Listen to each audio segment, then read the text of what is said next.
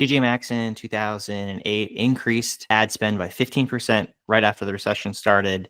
They ended up with 75% of their customers were new during that period of time. Other department stores at the same time cut ads, ended up with zero shareholder returns in the following years, and many of them went bankrupt. Domino's in 2008 launched new products. They increased their total revenue by 16%. Other pizza chains that they were competing with that cut ad spend during that time shrank by 7%. In 2020, a more recent example, Coca-Cola spends billions of dollars on ads. They cut 35% of their ad spend, which equated to $2 billion in ad spend cut.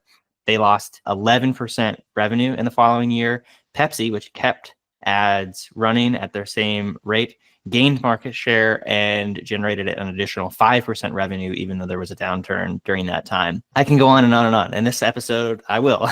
The basic concept is, how do you make marketing budget decisions during an economic downturn or fears of an economic downturn? I've worked on both sides of this as a marketing director who has to make this decision, and also working in agencies, at a radio station, and now at a software company where our revenue comes from ad spend, and we see customers that continue to spend, sometimes even increase spend during recession periods or economic downturns, and those who cut ad spend, which a lot of them do, and what the result of that is. I've been unfortunate enough to see this play out in the 2008 crash. In the 2015 period, there was, people forget about this, but everyone thought the economy was headed towards a recession because of the gas price collapse, and there was a slowdown in China, and everyone was worried and was cutting ad spend, and it ended up not materializing, kind of just like the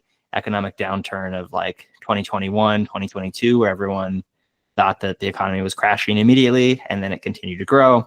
This is the problem, is even when you never quite can predict when the actual recession is coming, and even when it does, like it did in 2008, cutting ad spend is not the best place to cut.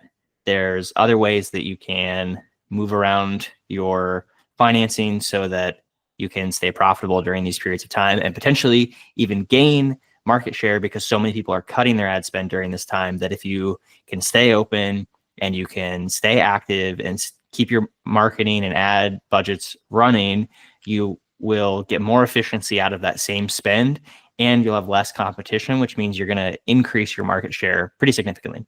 So let's go through some of this. I did a bunch of research on this because it's something that I've kind of felt for a long time, and talked to a lot of other agency owners. And here at Event Vesta, we see it again, like in 2022, whenever everyone thought we were heading towards a recession immediately, we had a big wave of people who cut their ad spend, and a big wave of people who did not.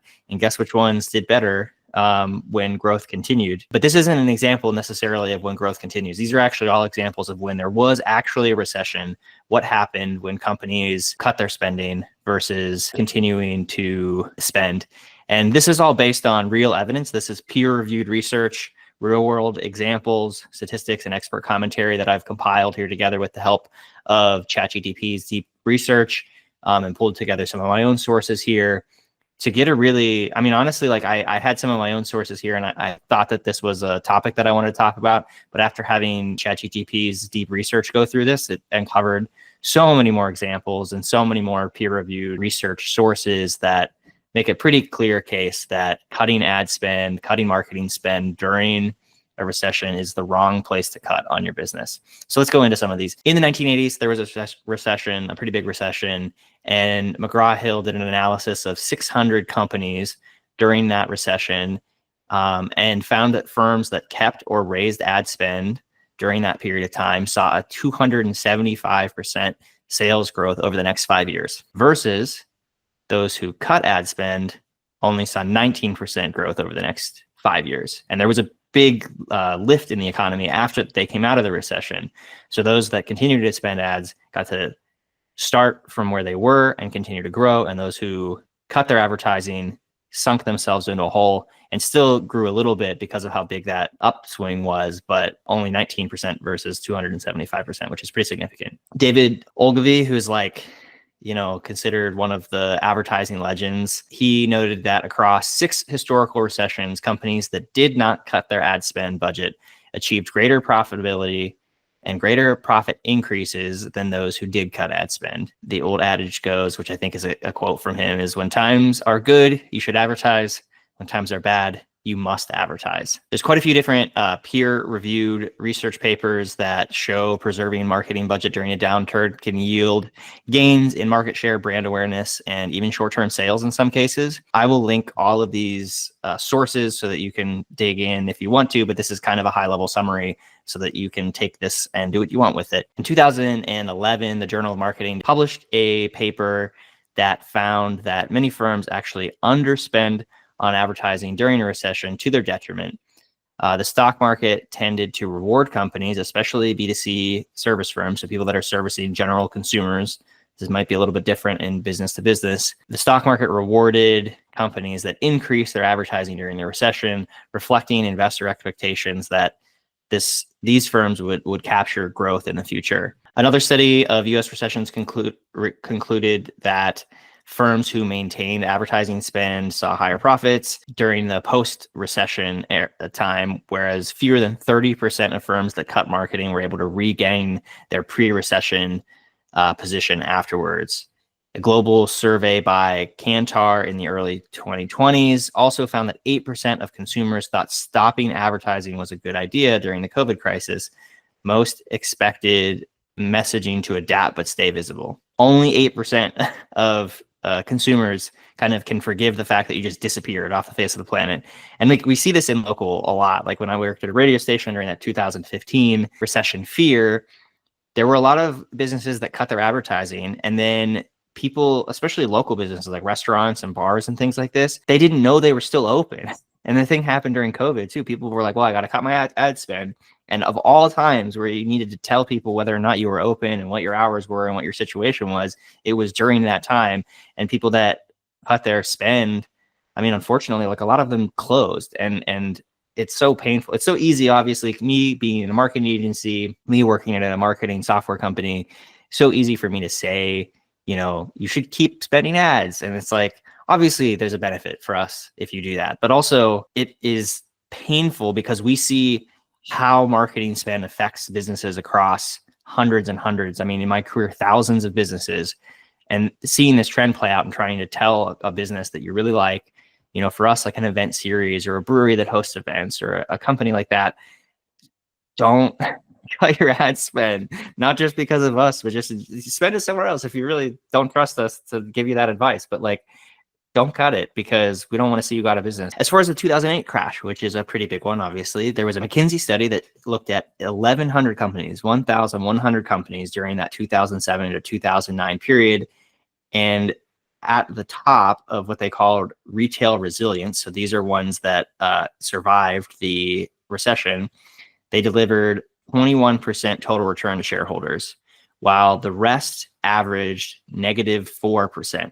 Total return to shareholders. There's a bunch of stuff that gets mixed into TRS, which is the total return to shareholders, but generally it's a good sign of profitability. The resilient retailers, which are the ones that are ranked at the top there, increased their marketing and operations expenses by 2.2% during the recession, whereas the less resilient peers cut back. So again, just another data point there. A really specific example. Let's dive into some specific examples because I always find this helpful. TJ Maxx. TJ Maxx boosted their ad spend in 2008, 2009 by 15%, and they shifted their messaging. So this doesn't mean you should just sit on your hands and do nothing.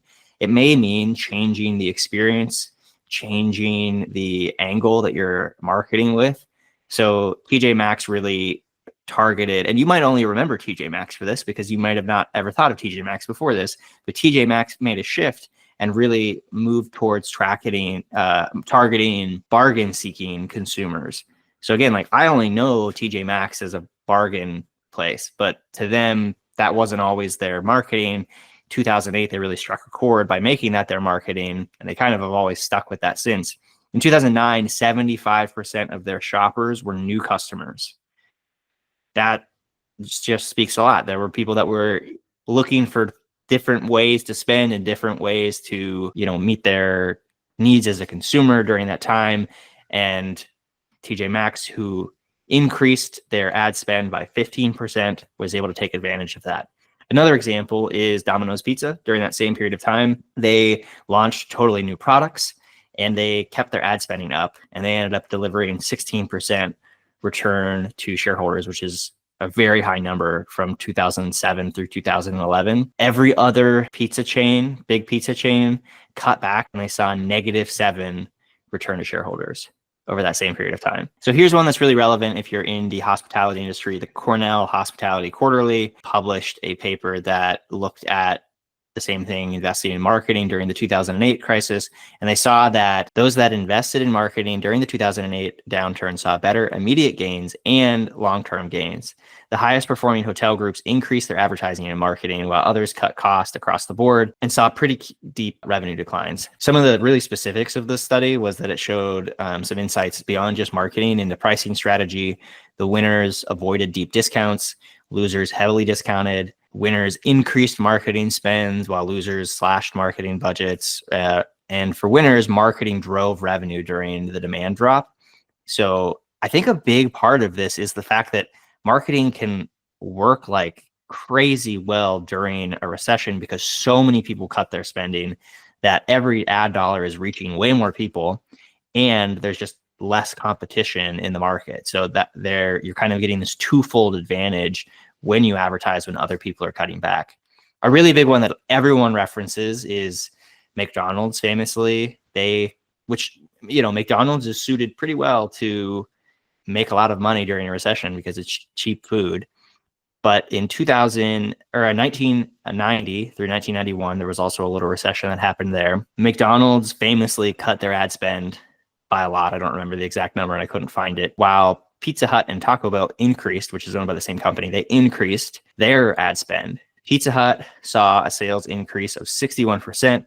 Taco Bell saw a sales increase of 40%. Again, these are companies that are benefiting from kind of the move to like cheaper food during this time period. But McDonald's, who should have also benefited from that, saw -28% sales, so a decrease in their sales. One last really big one that I want to share is the pretty recent one where Coca-Cola, who massive company, spends billions and billions, tens of billions of dollars on ads every year. During COVID, which everyone thought was going to be immediate recession. It was an immediate recession or immediate downturn, but then it spiked back up and growth kind of took off after that. So many people had a reflexive, like as soon as the market started to crash, they cut ad spend entirely. I was running a marketing agency at this time and I had to move to a different job because I lost so much ad spend overnight that I just couldn't pay my people to keep running. So I had to take another job so that I could pay them. And again, the same thing happened. A lot of those businesses that cut ad spend with me didn't survive. Coca-Cola cut ad spend by $2 billion from its ads and communication budget. Coca-Cola's revenue over the following year dropped by 11%. And this is a time where most companies actually grew during that time because after the very short drop, things started to increase. And like pleasure foods and things like that did really well because people were stressed and stress eating. Pepsi, during the same time, which kept running ads, which is obviously a direct competitor to Coca-Cola and typically lags behind Coca-Cola, grew revenue by 5%. So this was a massive opportunity for Pepsi to make another gain towards competing with Coca-Cola because Coca-Cola dropped their ad revenue or their ad spend by $2 billion, which if Pepsi just kept doing things the same, gave them an opportunity to catch up a little bit. So the takeaway is that companies that continue to invest in marketing and advertising during a downturn, almost always, in lots of famous cases and lots of peer-reviewed studies of thousands of companies, perform better coming out of the recession, sometimes even during the recession, than their peers that cut spending during that same time. So if you're struggling with figuring out the finances of your business during a recession, just caution against being too reflexive. We're being cautious of that, and I'm trying to talk to like every business owner that I know, whether they spend ad money with us or not, to be careful about being reflexive about cutting ad spend when things seem like they might be going south in the economy, because that's the last place you want to cut. If you want to be around in a business after the recession, that's not what you want to cut. Ideally, you can find ways to not cut by using financing and things like that to keep yourself alive during this time so that you can thrive during whatever comes out on the other side, or figure out how to continue to spend on your ads or increase your ads and just target a different audience, target those bargain shoppers, target people that are stressed about the economy and spending, and attract those people. I realized that I can't really end the podcast that way. I basically talked about all the reasons why you can't cut marketing, but someone pointed out to me, why don't you talk about what you can spend or how you can manage budget if you're losing revenue or you're worried about losing revenue? Like, what do you actually do instead then? And to be honest, like, I don't know the answer to that because every business scenario is going to be different. And so I wanted to share a couple of the things that I learned while doing the research, because something that is interesting doing this research is that, I read the annual shareholder report for TJ Maxx in 2008, and I read the annual shareholder report for Domino's and Pizza Hut and McDonald's and a bunch of these different brands that navigated recession periods because of, and the way that I talked about it was in large part because of the way that they managed their ad spend or their marketing spend. But part of it also is that they did find other places to gain operational efficiency. So a couple of those ways were TJ Maxx, for example, they decreased their inventory per store. So across all of their stores, they got way more efficient with what inventory they actually carried on shelves. And then also, because another part of that was they were buying basically buying more stuff from less brands. So they got more focused on which brands they were buying from. That allowed them to basically negotiate better deals at a per unit cost, which then made a huge difference in that profitability. Efficiency in operations, efficiency in hiring, maybe hiring freeze if you have to. Hopefully you're not at a place where you have to lay people off. Even efficiency in your marketing, still spending on marketing, but being more efficient with how you do that and what your ROIs are. You can't always cut everything that doesn't show an immediate ROI, because a lot of that stuff is brand marketing that is a little bit harder to show those direct conversions, but is actually making a pretty big impact on your conversion funnel and how likely someone is to convert when they do come across an ad. And then Domino's, one of the things they did was they're a franchise model, so it's a little bit different. So, or a large part of their company is a franchise model, so it's a little bit different, but they identified the bottom 15% of lowest performing stores. They went and they got each of those owners involved and basically brought them to the table and said, are you still in this? Because what they found was that one of the biggest factors to the success of a local franchise was the engagement of the owner. And so by kind of having these re-engagement sessions or giving stores an opportunity to leave and get out, basically to sell it to someone else. So a couple of things you can learn about this from if you're a smaller business is one, and this is something that I've experienced in the businesses that I've been in that have had to weather kind of economic slowdowns, a re-engagement of your employees and your team and yourself to say, like, this is kind of wartime, being that wartime CEO or that wartime leader, where it's like, this is not kind of the happy, easy times right now. This is a little tough, which means everyone's going to have to work a little bit harder, and just making sure everyone feels motivated to be there. And if they're not, they need to not be there, because it's going to slow everyone else down and slow your efficiency down. But it doesn't have to be a bad thing, and it doesn't have to be a negative thing. It's a rallying cry for everyone to say, like, this is when we get to take market share. We get to improve our market share by performing well during the hard times. It's easy to perform well during the good times, but can we perform well during the hard times? And that's like, basically what Domino's was doing. And then another thing is just that efficiency. Like, if you are a retail location or a bar and restaurant or an event venue, like, can you be a little bit more particular about the inventory that you carry? So if you're an event business, like we talk to, can you be more particular about what events you're hosting? Because each event has a cost. And if you have certain events or certain series of events, certain artists you're booking, certain formats that you're doing that are not selling as well as others, would it be economically beneficial to just cut those? Be a little bit more ruthless with which events to cut and which events to reinvest in. And on the flip side of that, if there's something that's working, so many times I see and hear people say, like, we don't need to do more marketing on something because we're already selling out. Well, that means there's an opportunity to either charge more for that event or do that event more. Can you do it twice as often? If it's selling out, that means there's way more demand there than what you're capturing. And there's usually an economic benefit if you can go to a bigger venue, expand your capacity, do the same event, but do it twice a month instead of once a month, or twice a week instead of once a week. And obviously different things like that are going to be challenging, or just raise your ticket price by a couple dollars. Like, it doesn't have to be a crazy amount. Maybe even add a VIP package where there's you add some little extra perk to it, but you charge twice as much for that, but it only costs you an extra like 1/4 of the ticket price or something. This obviously I just know this industry the best, so that's why I'm using those examples. This can be applicable to all kinds of businesses. Where can you double down on the things that are working, and can you cut things that are not working in terms of product, the actual product that you're offering. We have a really interesting episode with White Oak Music Hall coming up where they sell their 30% past projection. And in this podcast with Ashley, senior marketing manager at White Oak Music Hall, we talk about basically what they do to achieve that, and how a big part of it is just choosing which shows to put the most effort onto, so that they're not trying to just put the same effort on every show and trying to save the ones that are not performing very well. They focus a little bit more on just doubling down on the ones that are working really well.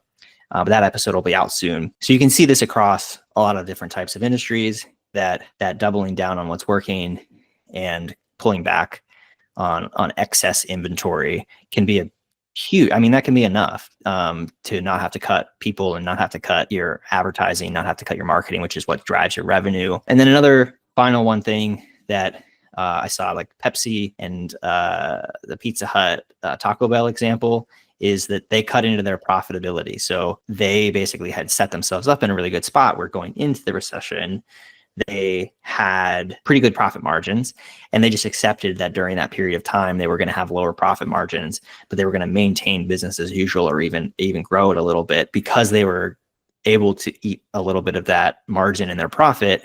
That allowed them to stay steady, and recessions end. So when they got out of that recession, they were crazy profitable. And that's where we see those numbers that I talked about earlier that just blew out of the water, the ones that pulled back too heavily. So, like I said, I'm not a total expert on what to do in this case, but those are some examples that I learned while reading the annual reports of these companies from those years, which I think is really interesting. And also just observations I have from, working in business during some uncertain economic times.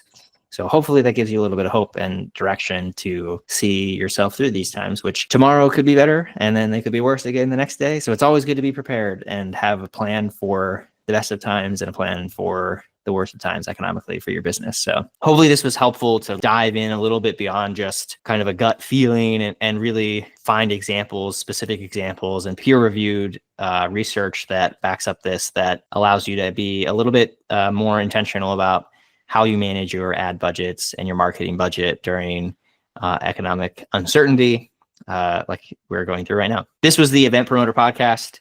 Normally we talk about event promotion and event marketing. I felt like this was a broad topic that's applicable to more than just event marketers, but obviously still applicable to event marketers. And we'll be back with some regular podcasts here soon. So subscribe wherever you're listening. Drop me a note in the comments if you disagree with this or have any stories to back up your own experiences here. Would love to hear it. And feel free to follow us at Event Vesta on LinkedIn, YouTube, wherever you're at. We got it. And until next time, thanks for listening.